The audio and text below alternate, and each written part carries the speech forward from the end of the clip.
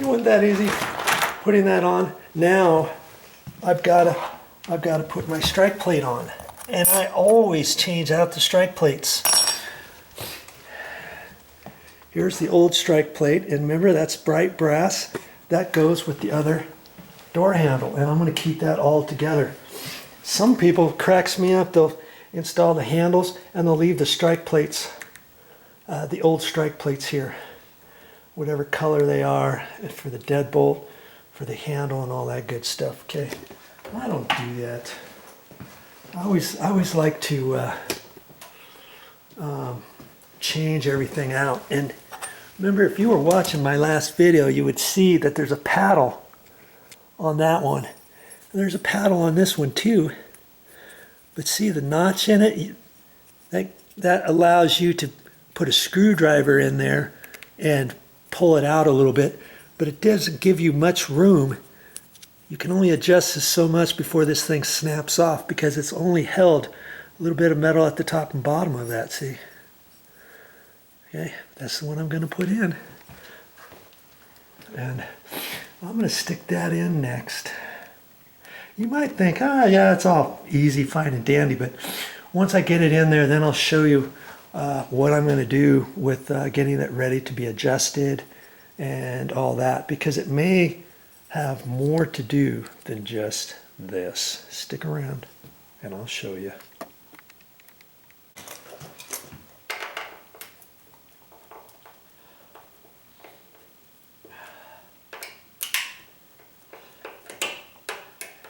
Now, if these are really old, and you just want to be careful before you pop that out. This one should come out pretty easy because I just painted. Okay, so I don't think I'm going to have any issues. But sometimes, if these are stuck in there and you think, oh, just wedge on there and grab it, pull it out. Lots of times, this will rip down at the bottom, at the top, and will take a chunk of wood out. I've done it before. I'll bet you anybody who's ever worked on a door handle or a door strike plate or a latch strike plate for a deadbolt has had that issue before, so I'm always careful when I take those out. I'll get you resituated over here. The first thing I do is I just put it in exactly the same way as I took it out. To then be able to tell where I may have to adjust it, or I might have to, let me get my hammer, I might have to mortise out some of it, or something like that, okay? And I like to make sure that these don't stick out,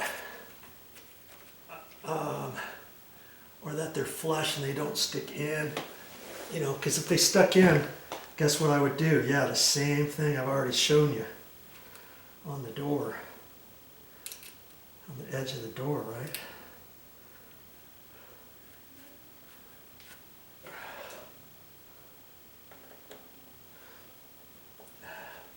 I would do my little cardboard trick, but this looks like it's going to be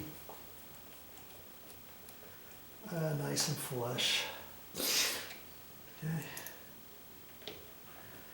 And again, I don't use my battery operated drill for this, because if you're not watching it, your tip could jump off of there and dig a hole in here.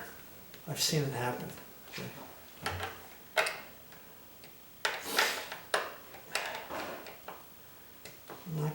I'm not gonna do any adjustments on this. I'm gonna go ahead and, at this point, I want to get this door adjusted before I even worry or work on the deadbolt.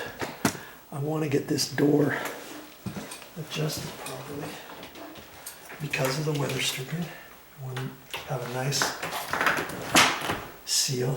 Now see here. I mean, look how far that is. I mean, I'm pushing that at least 1/8 of an inch, if not more. See how sloppy that is? And because there's weather stripping, I can actually push that right into the weather stripping. And I'm going to have to be careful of my fingers. I need to wash my fingers. I'm getting black marks on my door. When I get done, I'll have to make sure to clean all those off. But see, this is different than a door with a door stop interior doors, because it's got that weather stripping. I not only want it snug to the weather stripping, I want it kind of pushed into the weather stripping ever so little. Okay, before I worry about the deadbolt. On the deadbolt, I may have to adjust the strike, you know, further over than where it is. I'm having a feeling I may have to do that, doubting at it. But you see, this, I could get my screwdriver in there and pry out on it a little bit, but there's only so far I can pry that before that's not going to work anymore. And because this door is so far, there's no way that far. See, that's a lot. There's no way I can do that by just this side. So what do you suppose I'm going to have to do? Yeah, I'm going to have to take this off, and I'm going to have to move this over. And I'm going to move it over almost 1/8 of an inch, probably. Close to 1/8 of an inch around there. And move that, and then if I have to adjust it even closer, then I can adjust the last little bit with this over here. That's what I'm going to do. Now when you need to adjust something like that, you need a nice little chisel.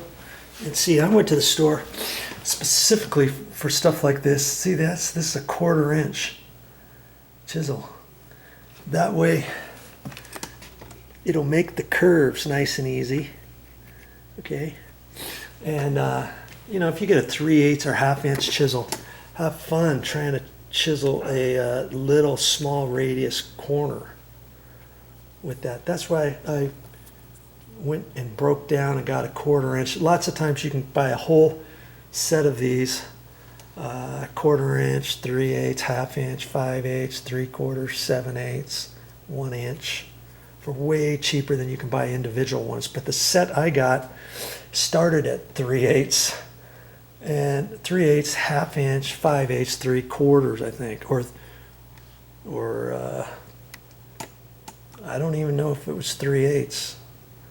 Might have been 1/2 inch, 5/8, 3/4, 1 inch, or something like that. Okay, but I'm going to use this and take this out. Then I'm going to hold it over there, score it with a sheetrock knife, so that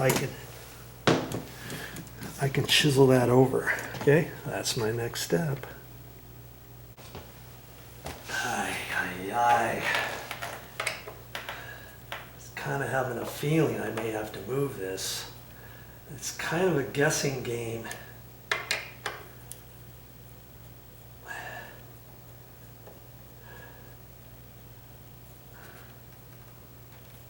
And I've got the 2 mounting screws here now. And so when I move this, I'm just going to flip that over. I don't have to. I can probably put it like this if I want. But I need to go over far enough.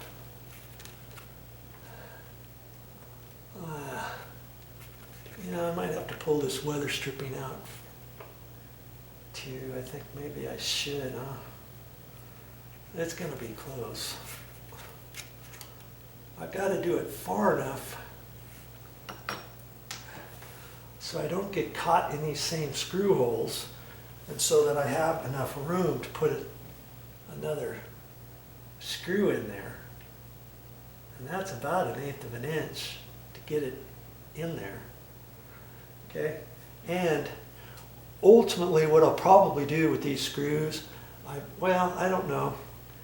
I could take longer screws in case they won't tighten up, and drill right into the 2x4, 2x6 in there, and use like an 1 5/8 screw or something like that in case this doesn't want to seat itself. And you can take some toothpicks, or you can take a little 2x4 and hit off the edge of a 2x4 and tap that into the hole, you know. Okay, so a few different things you can do. We're just going to see where 1/8 is. It looks like right next to the wood.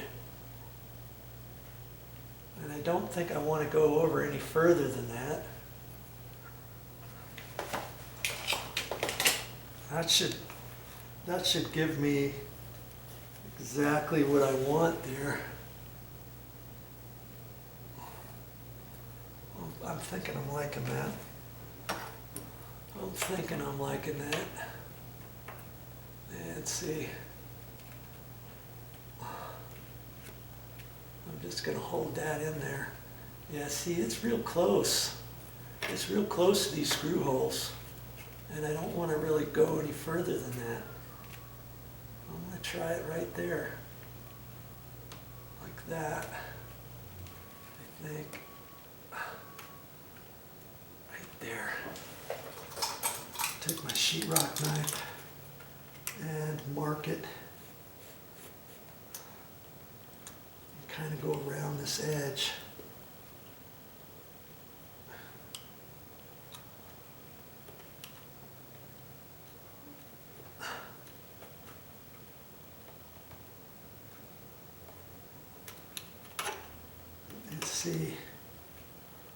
See if I'm gonna like that.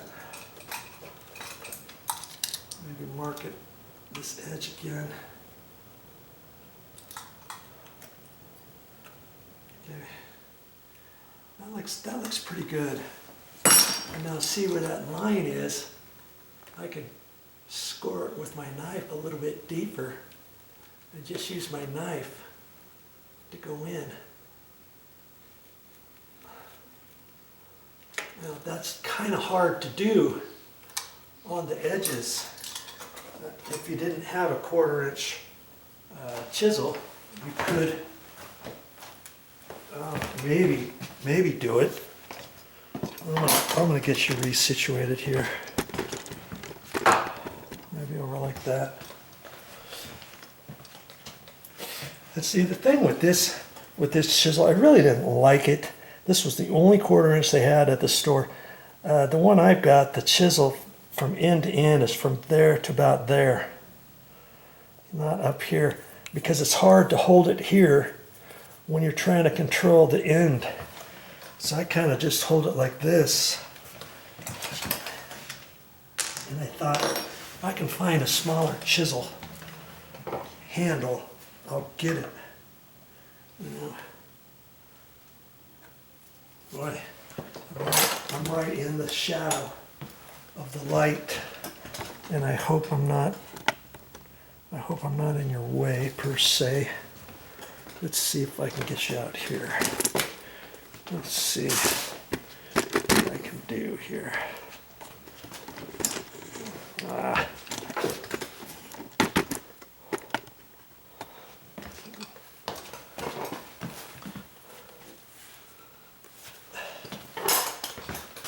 Maybe I'd try it this way first and just kind of push a little bit at a time. See? And do it that way.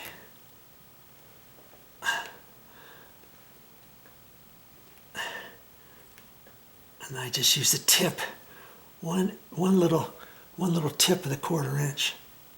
See, I don't do the whole thing, and that'll get me my curve.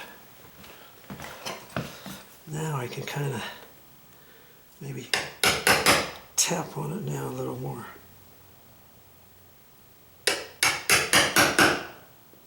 Being careful not to get all the way up to the line. Let's see.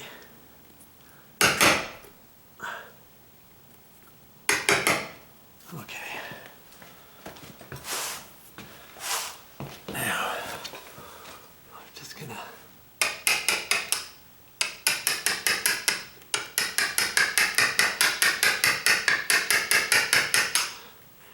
tap, tap, tap. And sometimes wood on door jambs, there's a certain way to go before you have to be careful in case too much comes off in one go. And you just kind of have to check things out as you go. See, the other one I had before, the handle was up closer to the edge, so then I could just take this and kind of scrape it off by hand. Not even have to use the hammer. Okay. And that's working because I went down pretty far with my sheetrock knife, like that.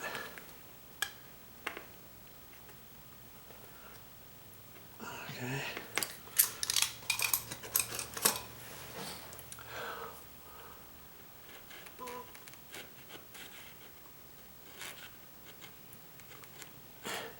This one, I just don't have as much control as my other small 1/4 inch I had. I had that other one for years.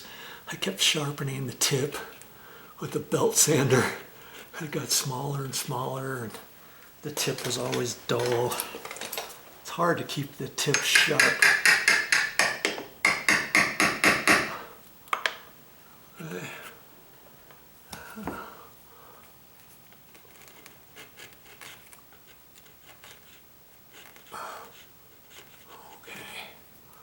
Okay, that's looking good there.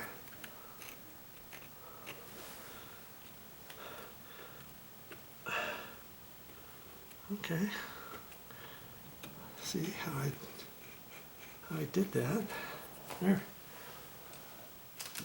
Be careful when you're working with little chisels like that.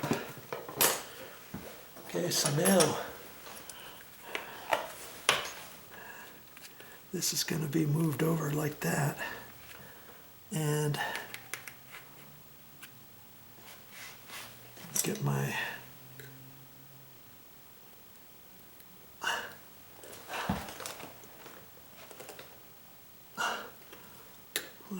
sharp scratch all in there. And it's just very tight in there, isn't it? Okay, I think that'll work. And I'm going to have to get a little bit in there and pre-drill those holes. So I'll get a little bit, do that next. If I don't do that, it's going to slide right over and break that out, and I'll never get those tight.